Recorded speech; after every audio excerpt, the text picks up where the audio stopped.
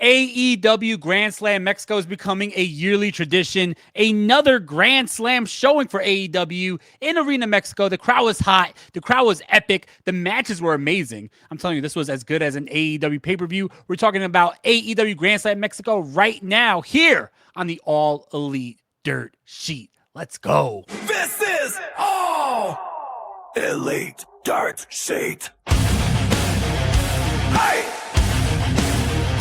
Hey! Hey!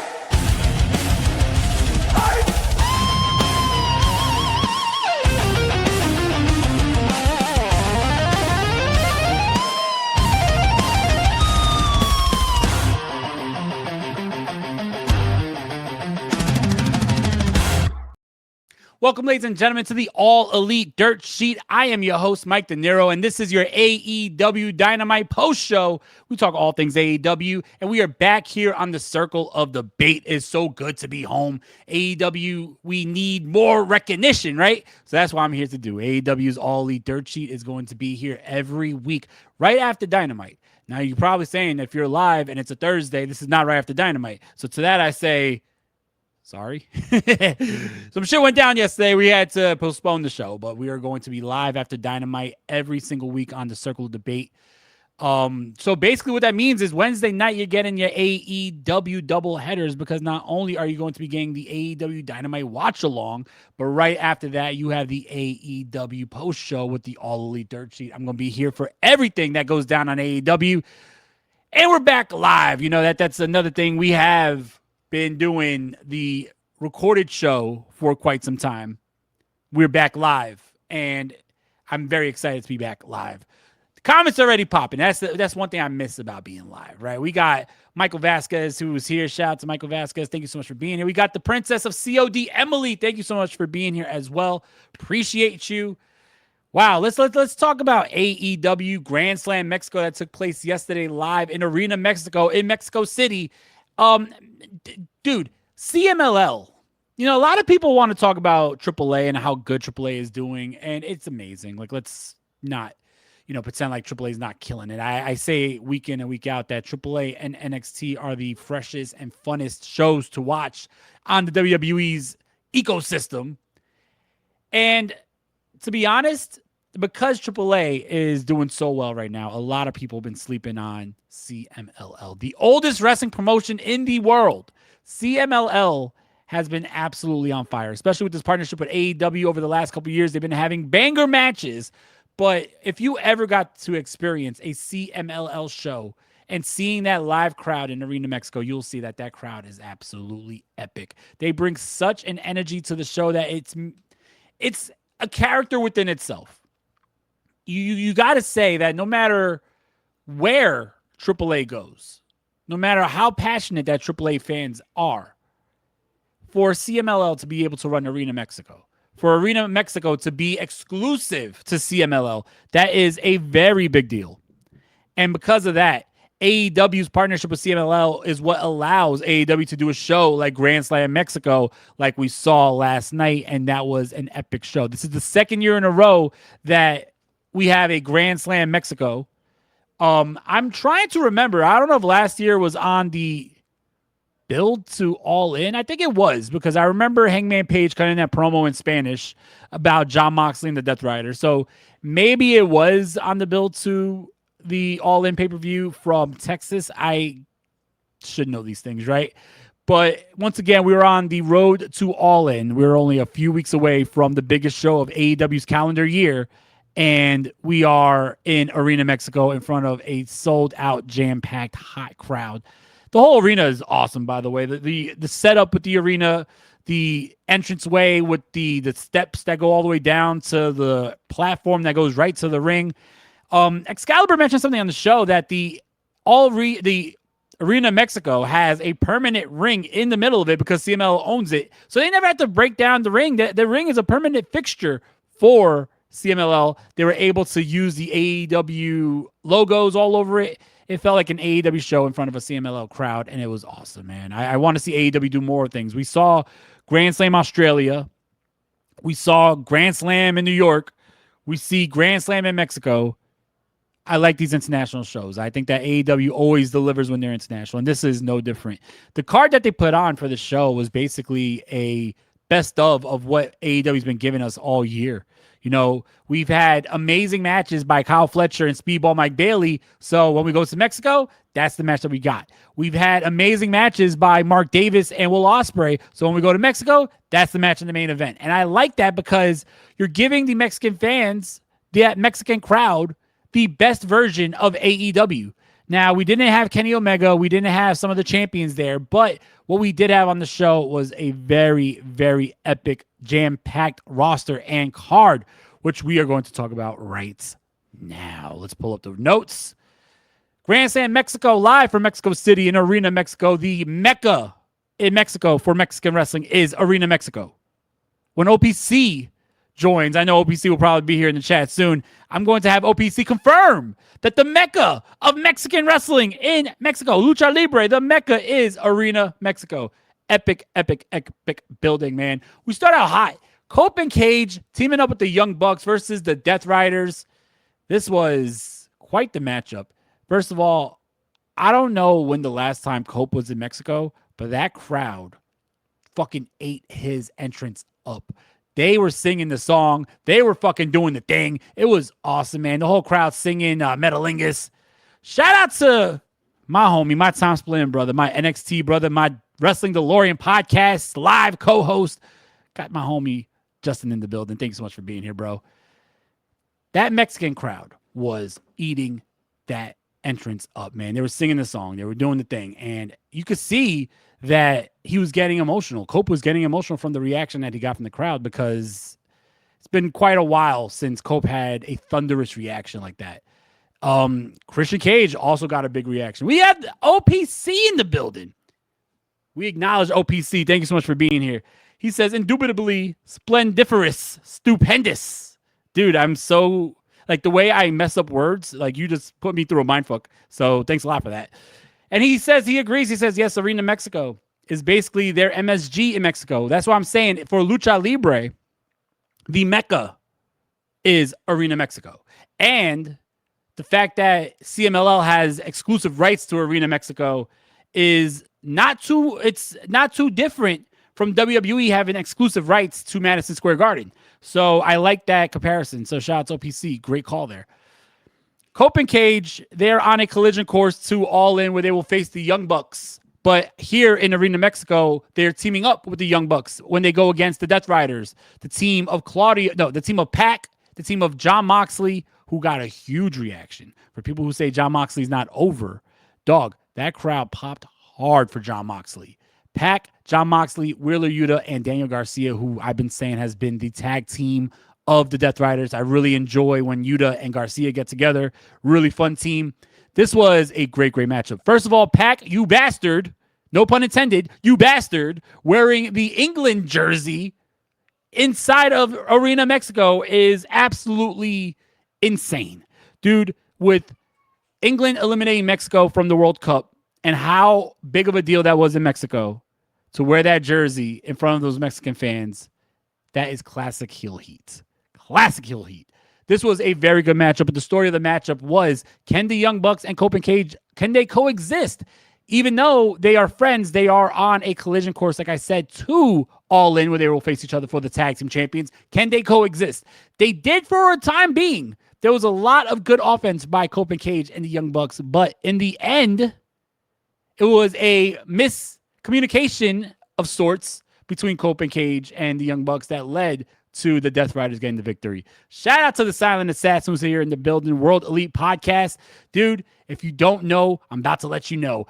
In a few minutes, World Elite's going live. They're going to be talking about they're breaking down everything that took place at SummerSlam. They're going to have the Redeemer, Justin, on their show. So make sure you are tuned in for World Elite. It's going to be awesome. And if you keep it locked and loaded here, you better make your way over to World Elite right after the show. And if not, if you want to hear SummerSlam and not talk about AEW, then fucking go to World Elite. It's going to be awesome. Shout out to World Elite. Shout out to Dylan. Shout out to everybody from the team.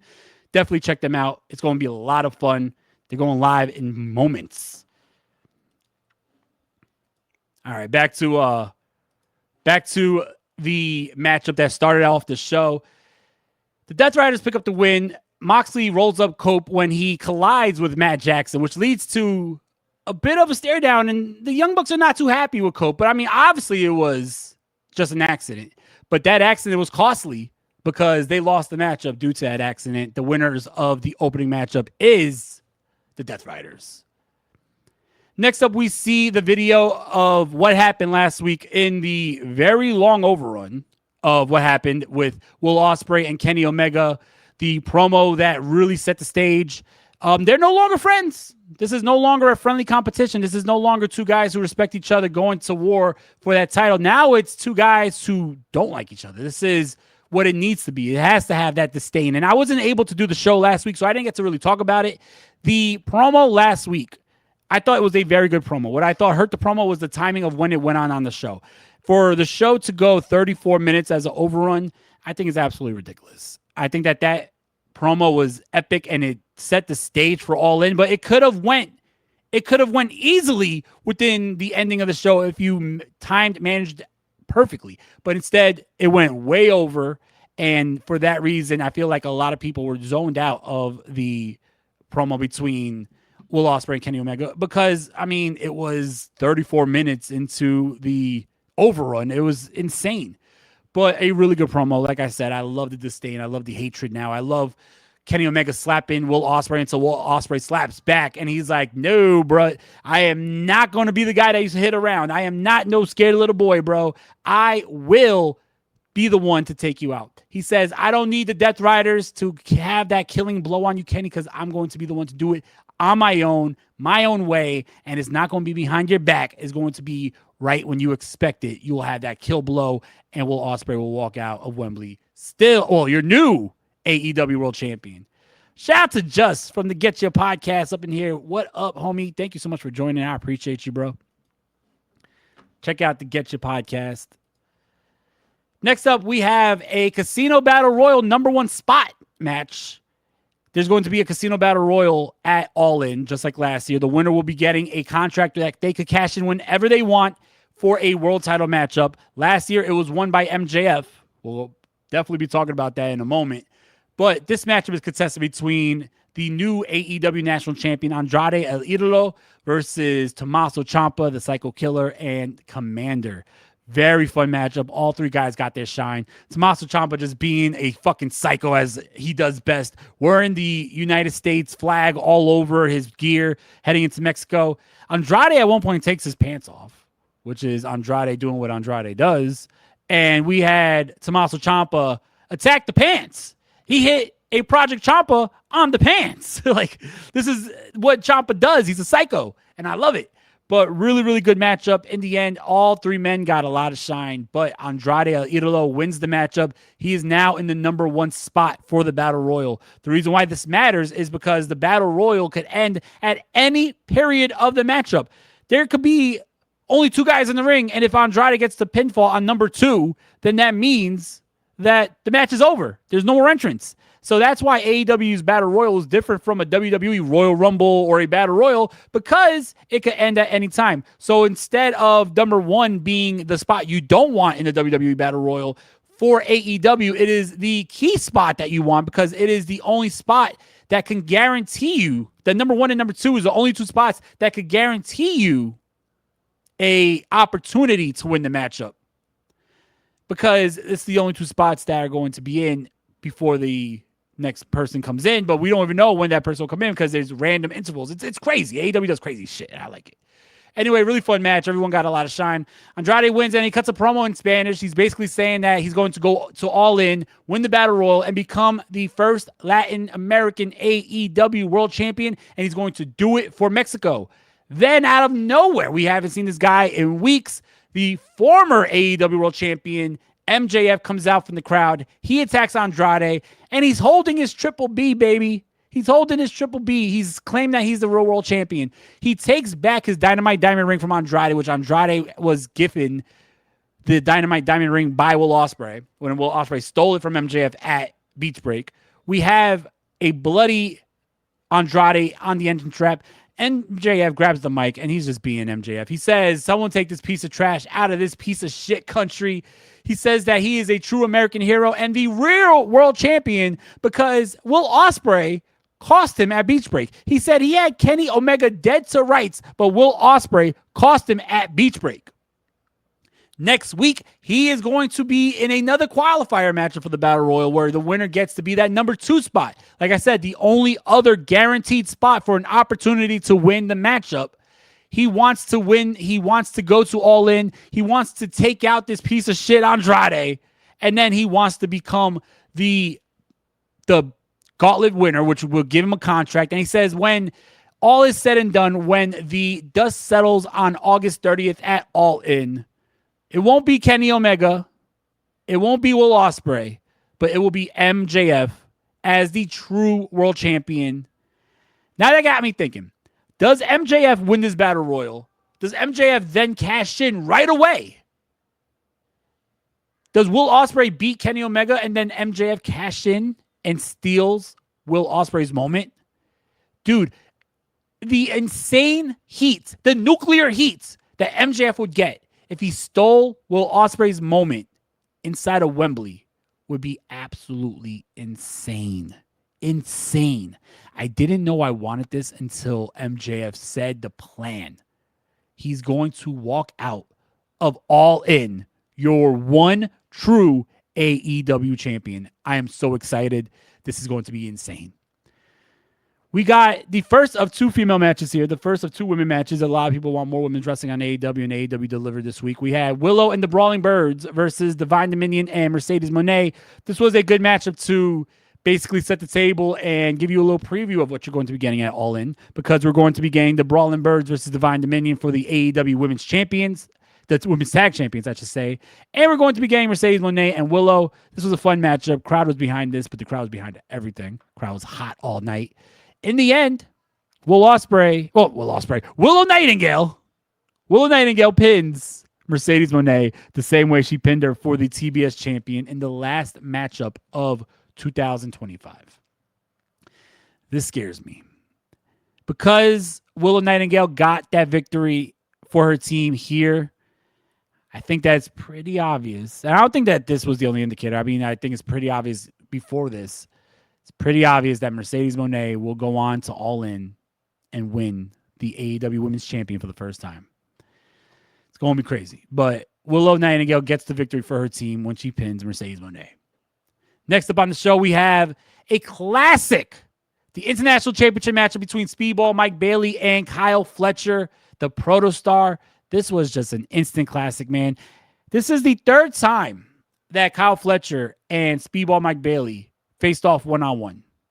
This is the 3rd time that matchup had heavy implications. The first time was in the Continental Classic. The second time was for a TNT title. The 3rd time, here we are, and it's for the International Champion. And the things that they were pulling out was absolutely insane. Out of all 3 of those matches that they had, I would say that this was by far the best matchup. And I think it had a lot to do with the atmosphere because that crowd was eating it up. The way that they were reacting to every big blow by Kyle Fletcher and by Speedball is what added to this matchup. Even after a very valiant effort by Speedball Mike Bailey, Kyle Fletcher's still your international champion. And as he raises the belts in the air, out comes his stablemate. But right now it looks a little shaky in the Don Callis family. Out comes Kazuchika Okada. Okada's there, and he wants that title. At All In, we're probably getting Okada versus Fletcher, maybe a 3-way with Takeshita. But Okada wants back his international champion, and he made it well known. He goes face-to-face with Kyle Fletcher. Kyle Fletcher puts the title up, and Okada's just making it known that he's coming for that world international champion. It's going to be a lot of fun. This leads to the next matchup, which is a trios matchup between Okada, Hechiseto, and Kevin Knight versus Darby Allin, Mystico, and not Chris Jericho, not Lionheart, not Y2J, not the Learning Tree, not the Painmaker, but Corazon del Leon Chris Jericho. And if people don't understand why he was Corazon del Leon, when Chris Jericho went to Mexico, and he did spend a lot of time in Mexico, Chris Jericho went by the name Corazon de Leon. He wore the gear that we saw on this show. It was really, really cool to see that he was paying homage to his former gimmick in Mexico. And he had some matches in CMLL. He had some matches in AAA. It was really cool to see him bring that gimmick back. A lot of fun. This was a really good matchup. First of all, Mystico is a fucking god in Mexico. That crowd singing his song was awesome. Really, really fun. What can I say? Darby Allin, Mystico, and Corazon de Leon, they get the victory. I think that it should have went the other way, though, even though that Mystico, like I said, is a god in Mexico, even though that crowd was really heavy behind Darby. That crowd popped huge for Chris Jericho. I say we should have kept Okada strong. I think that we should keep Kevin Knight strong. He's your current TNT champion. I wouldn't have been mad if this was the opposite way, but instead we got what we got. I guess they were booking for the pop, and that's what they got. They were booking for the pop, and you had the legendary Mystico get the win. You had the legendary Jericho get the win, and that crowd was so big behind Darby. I was surprised how heavy that crowd was behind Darby, but a really fun matchup. Like I said, people want more women's matches on AEW. That's exactly what we got. Number 2 women's matchup of the night. We had Persephone versus Chris Statlander. Really good matchup. In the end, we had a interference by Hikaru Shida, which we all know this is probably leading to Shida versus Statlander at the All In. Maybe it's a 4-way. Maybe you add Persephone in there. Maybe you add Maya World in there. You make it for the TBS champion. Should be fun, but this was a good matchup. I think that it's really good to see Chris Statlander back. I like Persephone. I think that she needs to be booked better on AEW. She's a star, but nonetheless, good matchup. Good to see them back. We have a trios title matchup. It is the Demand, the team that won the trios title literally last week. The Demand, the Gates of Agony, and Ricochet. They go against the team of Brodito and Hangman Page. And 1 week later, we have new trios champions. I am not mad at Brodito and Hangman Page winning the trios titles. I mean, look, fucking at this point, Hangman Page, he wins the trios titles once a year with a bunch of different teams. He had it with Jet Speed. Now he has it with Brodito. I'm not mad at it, but he couldn't wait.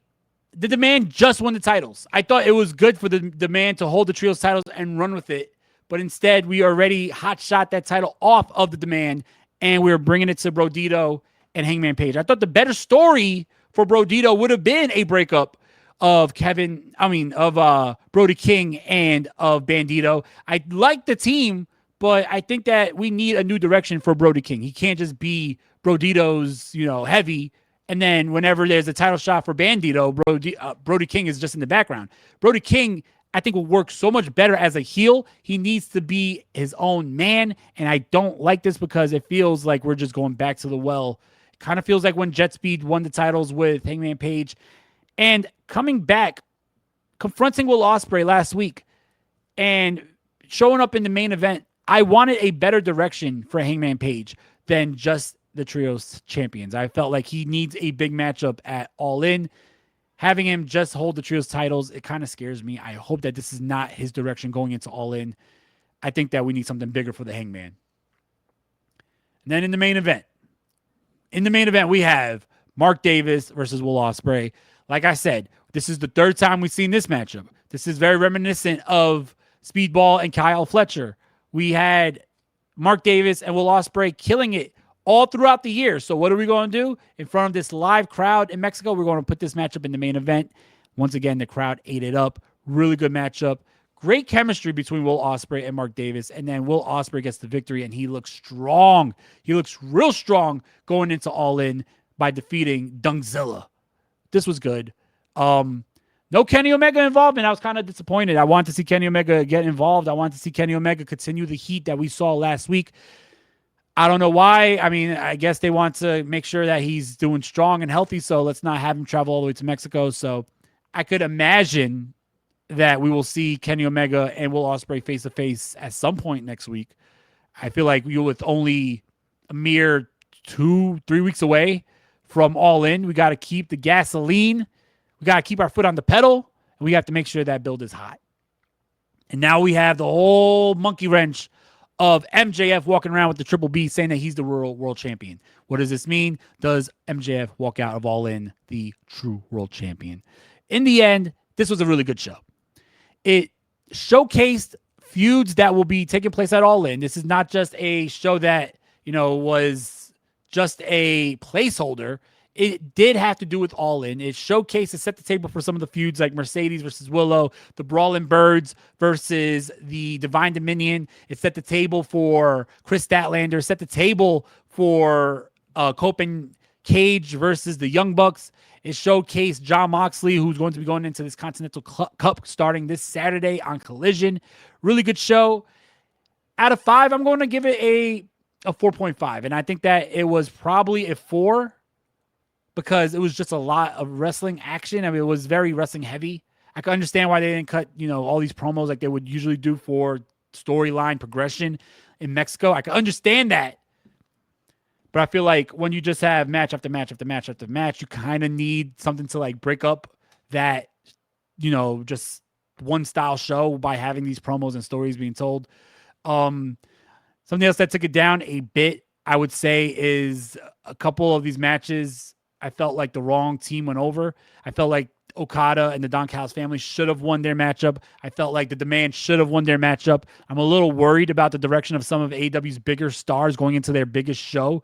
MJF, I like the story with MJF, but MJF is in a battle royal at the end of the day. I like Hangman Page. Hangman Page is in a trios match now probably at All In. So I feel like you could have had a better direction for some of your bigger stars. Like there's a tournament going on for who's going to face Jon Moxley and stuff like that. It's like, dude, Jon Moxley, Hangman, MJF, these are your top stars. I feel like you should have had a much better direction going into your biggest show. Where is Swerve Strickland? Is Swerve even going to be a part of All In? He's not in the Continental Cup. And we thought that Swerve was going to be the guy who faces Jon Moxley. Doesn't seem that way now. What's going to happen with Swerve? You got to have Swerve on All In, right? Where has he been? So a lot of unanswered questions that we're ticking. The clock is ticking. We're counting down to All In. It is going to be here fast approaching before we know it.